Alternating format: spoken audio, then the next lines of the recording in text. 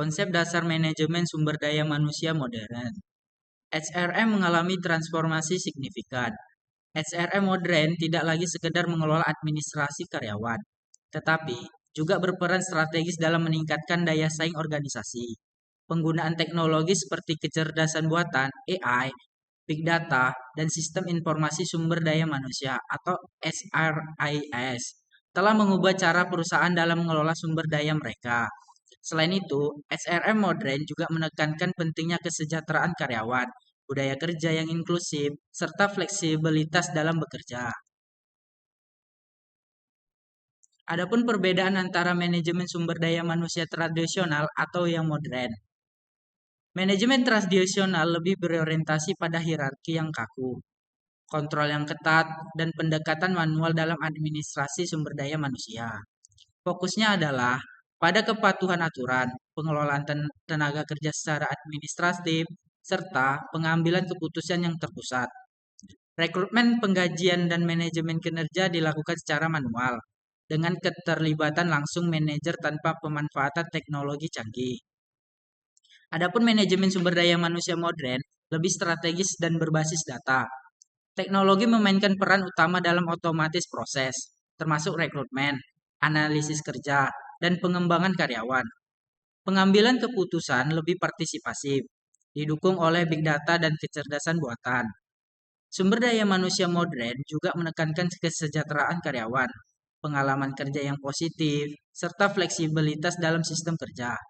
Dengan pendekatan ini, produktivitas meningkatkan karena efisiensi operasional yang lebih tinggi dan keterlibatan karyawan yang lebih baik. Selanjutnya ada peran sumber daya manusia sebagai mitra strategis organisasi, yaitu tidak hanya menangani fungsi administratif, tetapi juga terlibat dalam perumusan dan implementasi strategi organisasi. Selanjutnya ada menyusun kebijakan dan program untuk keseimbangan kehidupan pribadi dan pekerjaan, yaitu adapun meningkatkan keterampilan dan kompetensi melalui pengembangan karir. Selanjutnya ada memberikan penghargaan dan promosi berdasarkan pencapaian kinerja. Dan terakhir ada berperan dalam menyusun strategi organisasi terkait manajemen sumber daya manusia. Selanjutnya ada perubahan paradigma dari HR administrasi ke people analysis dan employment experience, yaitu adanya teknologi dan data analysis, mendorong transformasi fungsi sumber daya manusia dari administratif ke people analysis untuk pengambilan keputusan yang lebih baik. Employee experience menjadi fokus utama untuk meningkatkan keterlibatan, kepuasan, dan retensi karyawan. Selanjutnya ada memahami kebutuhan dan harapan karyawan. Penting untuk menciptakan lingkungan kerja yang mendukung produktivitas dan kesejahteraan. Selanjutnya ada transformasi digital dalam manajemen sumber daya manusia. Digitalisasi mempercepat umpan balik dan pengawasan kinerja meskipun pengawasannya lebih ketat, menimbulkan perdebatan. Secara keseluruhan, transformasi ini meningkatkan fleksibilitas dan tech otomatis, chatbot, influence service atau ISS, dan big data telah menjadi pilar utama dalam revolusi manajemen sumber daya manusia yang modern. Yang pertama yaitu ada HR teknologi atau HR Tech. HR Tech yaitu mencakup berbagai teknologi untuk pengelolaan sumber daya manusia, termasuk AI dalam rekrutmen, heuris, dan people analysis. AI dalam rekrutmen yaitu penggunaan kecerdasan buatan atau AI dalam proses rekrutmen memungkinkan perusahaan untuk menyaring kandidat secara otomatis, mengurangi bias dan meningkatkan efisiensi. B. Human Research Information System (HERIS). Komponen HERIS ini penggajian, manajemen data karyawan, manajemen kinerja, manajemen pelatihan, dan pengembangan. Manfaatnya yaitu meningkatkan efisiensi dan akurasi data karyawan, mempermudah akses informasi dan memperkuat komunikasi dan mendukung pengambilan keputusan dengan data yang akurat. C. People Analysis. People Analysis mengoptimalkan data sumber daya untuk keputusan lebih akurat. Hal ini penting untuk optimalisasi data, yang mana menganalisis masalah dan kebijakan bisnis. Efisiensi rekrutmen yaitu memastikan kandidat tepat untuk posisi yang sesuai, meningkatkan daya saing, yaitu mengurangi bias dan meningkatkan akurasi keputusan sumber daya manusia. Pendekatan data-driven, yaitu menganalisis penyebab turnover dan efektivitas kebijakan. Yang kedua ada otomatisasi dan chatbot dalam HR. Otomatisasi dan chatbot meningkatkan efisiensi rekrutmen dan administrasi sumber daya manusia. Chatbot juga berinteraksi dengan pelamar, sementara otomatisasi komunikasi mengelola pengingat, konfirmasi, dan umpan balik. Menurut Christian 2024, penerapan teknologi ini membawa berbagai keuntungan bagi organisasi diantaranya sebagai berikut, yaitu sebagai efisiensi operasional, yaitu mengurangi tugas manual dan kesalahan administrasi. Kemudian pengambilan keputusan berbasis data, yaitu analisis data mendalam untuk prediksi turnover dan manajemen tenaga kerja. Kemudian peningkatan pengalaman karyawan, yaitu chatbot memberikan layanan cepat dan responsif, meningkatkan kepuasan kerja. Yang ketiga ada Employee Self-Service atau ES, digitalisasi layanan sumber daya manusia untuk meningkatkan efisiensi. Employee Self-Service merupakan sebuah sistem digital yang menyediakan layanan sumber daya manusia serta pengelolaan informasi kepegawaian secara daring.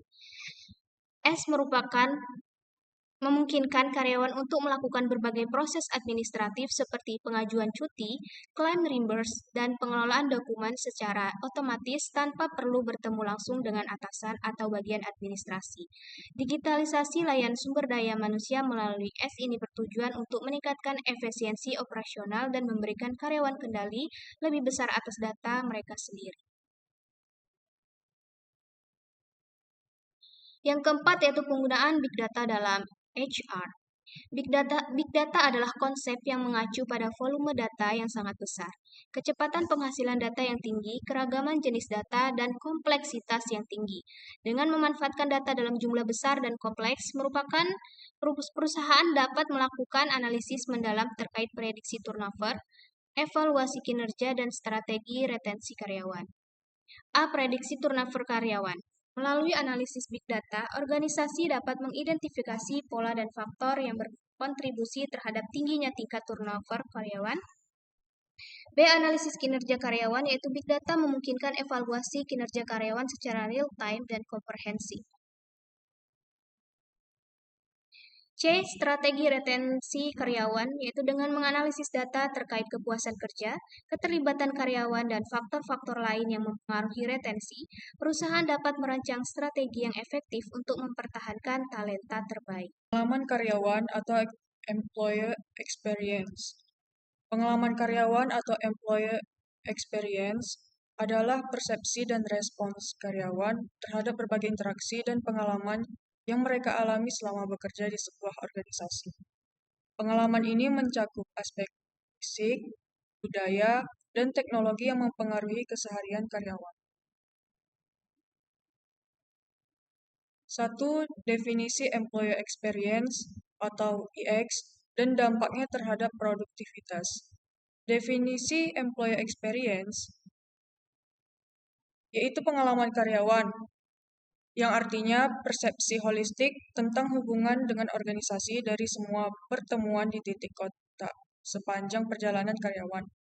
Faktor utama EX yaitu praktik, proses, orang-orang atau rekan, dan kepemimpinan. Kepemimpinan inklusif yaitu pemimpin harus transparan, mendengarkan umpan balik, dan membangun kepercayaan. Dampaknya terhadap produktivitas yaitu pemahaman karyawan tentang hukuman atau punishment. Semakin baik pemahaman, semakin baik kinerja, serta perusahaan perlu memberikan teguran atas pelanggaran untuk memperbaiki dan memelihara peraturan yang berlaku. 2. Employee Journey Mapping. Dari rekrutmen hingga offboarding. Rekrutmen yaitu deskripsi pekerjaan yang jelas dan komunikasi baik. Onboarding yaitu adaptasi karyawan baru dengan alat kerja dan kebijakan. Pengembangan profesional yaitu pelatihan dan peluang karir meningkatkan loyalitas. Keterlibatan karyawan yaitu lingkungan kerja positif dan penghargaan atas pencapaian.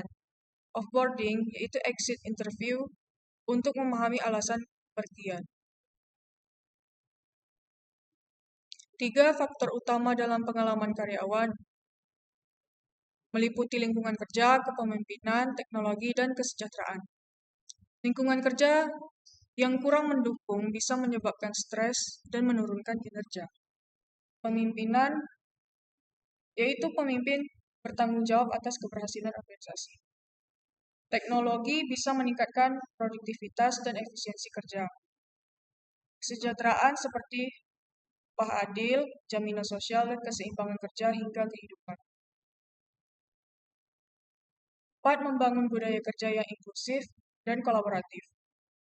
Budaya kerja yang hebat yaitu karyawan merasa didengar, dihargai, dan diberi kesempatan berkembang. Peran human relations, program keseimbangan kehidupan kerja, akses setara terhadap pengembangan karir, dan lingkungan aman tanpa diskriminasi. Pemimpinan partisipatif yaitu komunikasi terbuka, pengalaman keputusan bersama, dan pengembangan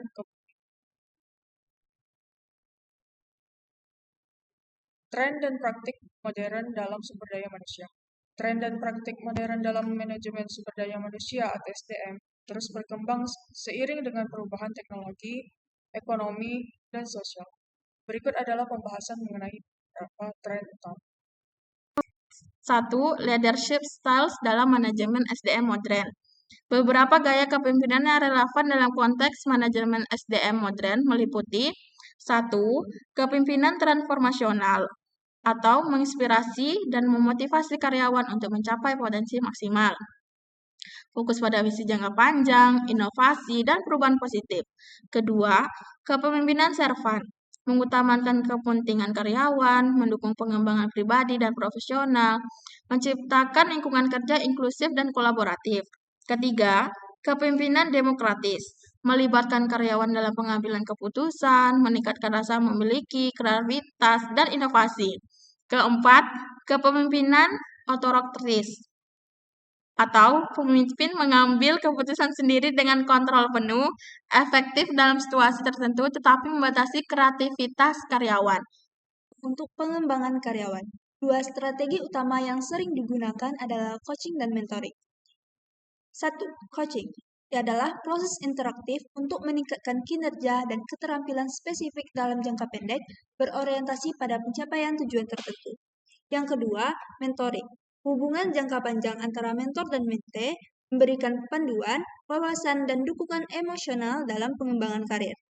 Kombinasi coaching dan mentoring meningkatkan kepercayaan diri, kinerja, serta mempersiapkan karyawan untuk posisi kepemimpinan. 3. Reskilling dan upskilling mempersiapkan tenaga kerja menghadapi perubahan teknologi. Dalam konteks ini, reskilling dan upskilling menjadi strategi penting dalam pengembangan SDM. 1.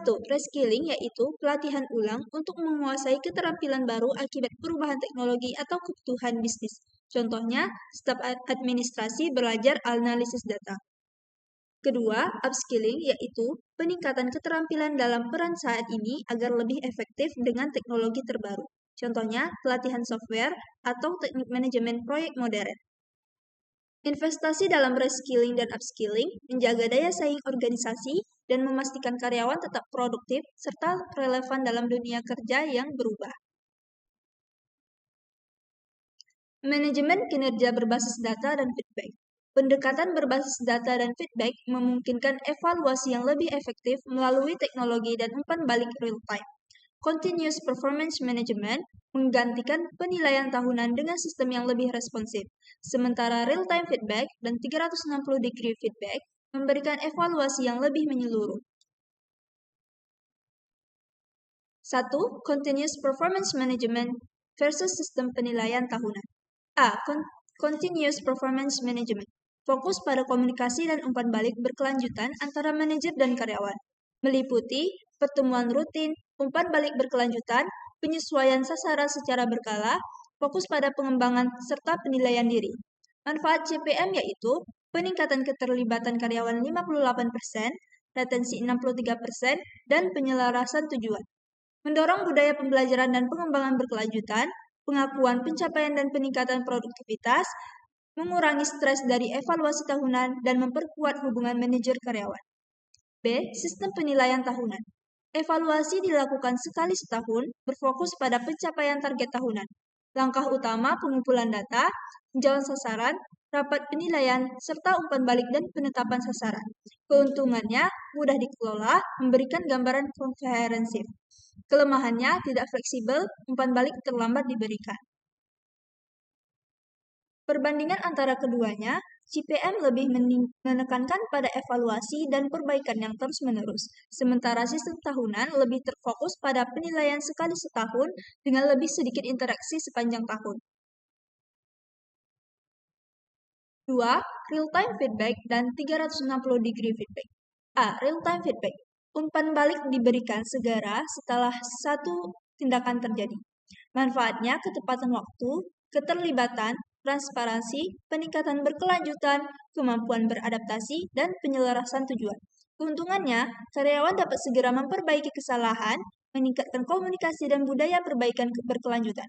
Sedangkan kelemahannya harus diberikan secara konstruktif agar tidak menurunkan moral dan dapat mengganggu jika terlalu sering.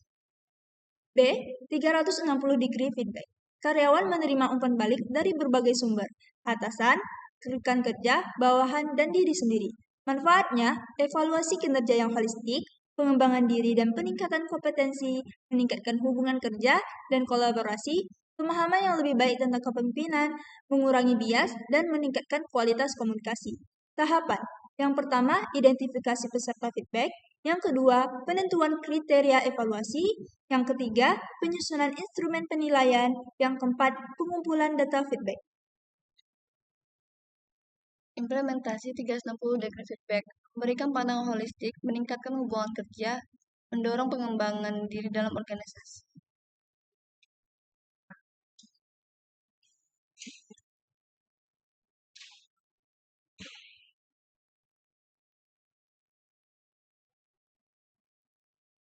Kelebihan 360 degree feedback.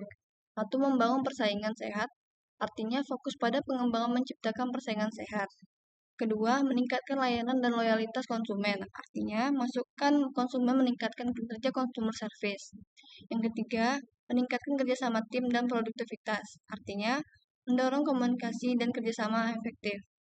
Keempat, mengurangi turnover karyawan dan menaikkan engagement, artinya manajer dengan review positif memiliki angka turnover rendah. Yang kelima, memperluas bakat karyawan, artinya menunjukkan bidang yang perlu diasah agar lebih giat mengatasi permasalahan. Adapun kekurangan 360 degree feedback yaitu 1. Waktu dan tenaga. Artinya membutuhkan banyak waktu dan tenaga untuk mereview. Yang kedua, tingkat kesulitan. Artinya, pegawai yang tidak terbiasa memberi saran akan mengalami kesulitan. Ketiga, kesesuaian. Artinya, perusahaan kecil kesulitan menerapkan karena keterbatasan sumber daya. Yang keempat, kurangnya keselarasan dengan strategi. Artinya, fokus pada kemampuan tidak selalu sesuai dengan indeks perusahaan. Yang kelima, kurangnya tindak lanjut jika tidak ditindaklanjuti hanya menjadi komisioner tanpa hasil. 3. OKR dan KIP dalam evaluasi kinerja karyawan. A. OKR Objective and Key Result atau disingkat OKR, framework untuk menerapkan tujuan ambisius dan mengukur hasil utama dalam jangka pendek atau menengah. Aturan dalam OKR yaitu 1. Evaluasi dalam periode tahunan atau per 3 bulan. Yang kedua, maksimal 5 objektif dengan 4 key result per kuartal. Yang ketiga itu ada target tinggi agar mencapai 70-80%. Yang keempat ada key result harus memiliki angka yang untuk memiliki evaluasi objektif. Adapun tujuan OKR yaitu 1. Agility, artinya penyesuaian cepat, inovasi meningkat, resiko berkurang. Yang kedua, proses penentuan tujuan lebih cepat, artinya metode simpel menghemat waktu dan sumber daya. Yang ketiga, komunikasi lebih jelas, atau artinya transparansi memudahkan tim memahami tujuan dan prioritas. Yang keempat, menyatukan perusahaan dan kerjasama antara tim, artinya tujuan saling terkait meningkatkan komunikasi dan mengurangi ego. Yang kelima, meningkatkan fokus dan disiplin, Artinya, tujuan sikap meningkatkan fokus dan tanggung jawab. Yang B, KPI atau Key Performance Indicator. Metrik untuk mengevaluasi sejauh mana karyawan atau organisasi mencapai tujuan berfokus pada pengukuran performa berbasis hasil. Yaitu ciri-ciri KPI, 1. Regular measurement, yang kedua non-financial, nomor 3 diketahui oleh manajemen, keempat dipahami oleh seluruh organisasi, yang kelima tanggung jawab tim dan individu, yang keenam efek signifikan dan komprehensif. Adapun jenis KPI yaitu 1. KPI finansial atau yang disebut laba kotor, laba bersih, margin laba, rasio lancar. Yang kedua KPI non finansial, artinya perputaran tenaga kerja, kepuasan pelanggan dan pangsa pasar. Alasan KPI itu penting itu 1. Mengukur tujuan bisnis dengan data terukur dalam periode tertentu. Yang kedua memudahkan perusahaan dan administrator memahami perkembangan perusahaan. Keberagaman instruksi dan kepemilikan budaya organisasi. Dalam lingkungan kerja modern, keberagaman inklusi dan kepemilikan budaya organisasi menjadi faktor kunci dalam membangun tim yang inovatif dan kompetitif.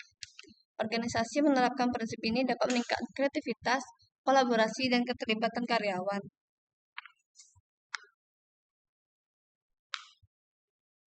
Diversity, Equity, dan Inclusion atau disingkat dengan DEI dalam lingkungan kerja. Keberagaman perbedaan dalam gender, usia, budaya, dan disabilitas, inklusi menciptakan lingkungan di mana semua individu merasa dihargai dan diterima. Kesetaraan atau yang bisa dibilang memastikan akses yang sama terhadap peluang dan sumber daya. Adapun manfaat DEI yaitu 1. Meningkatkan produktivitas, yang kedua keterlibatan karyawan, dan pengakuan atas kontribusi mereka. Yang kedua, itu ada keuntungan keberagaman dalam inovasi dan pengambilan keputusan. 1. Keberagaman dalam tim meningkatkan kreativitas dan inovasi. Kedua, berbagai perspektif menghasilkan keputusan yang lebih baik. Yang ketiga, latar belakang gender dan keahlian keberagaman kontribusi pada inovasi dalam organisasi. Yang ketiga, itu ada keuntungan keberagaman dalam inovasi dan pengambilan keputusan. Itu 1. Mendorong keberagaman dan inklusi membangun budaya yang sportif dan inovatif. Yang kedua, pengembangan keterampilan kompetensi, pelatihan dan pengembangan karir bagi karyawan. Yang ketiga itu ada pengakuan dan penghargaan, memberikan penghargaan atas kontribusi karyawan untuk meningkatkan motivasi. Yang keempat adalah keinginan kehidupan kerja atau kebijakan yang mendukung keseimbangan kerja dan kehidupan pribadi. Kesimpulan dari materi pertama dan terakhir tadi yaitu manajemen sumber daya manusia modern berperan strategis dalam meningkatkan daya saing organisasi melalui teknologi seperti AI, RIS, dan People Analytics. Transformasi digital mendukung efisiensi rekrutmen, kinerja, dan kesejahteraan karyawan melalui konsep Employee Experience atau EX. Tren kerja fleksibel, employer branding, serta strategi pengembangan SDM seperti coaching, mentoring, dan reskilling semakin penting. Evaluasi kinerja berbasis data dengan OKR, KPI, dan Continuous Performance Management atau CPM mendukung meningkatkan kinerja berkelanjutan. Keberagaman inklusi dan budaya organisasi yang kuat menjadi kunci inovasi dan produktivitas memungkinkan organisasi lebih adaptif dalam menghadapi tantangan bisnis.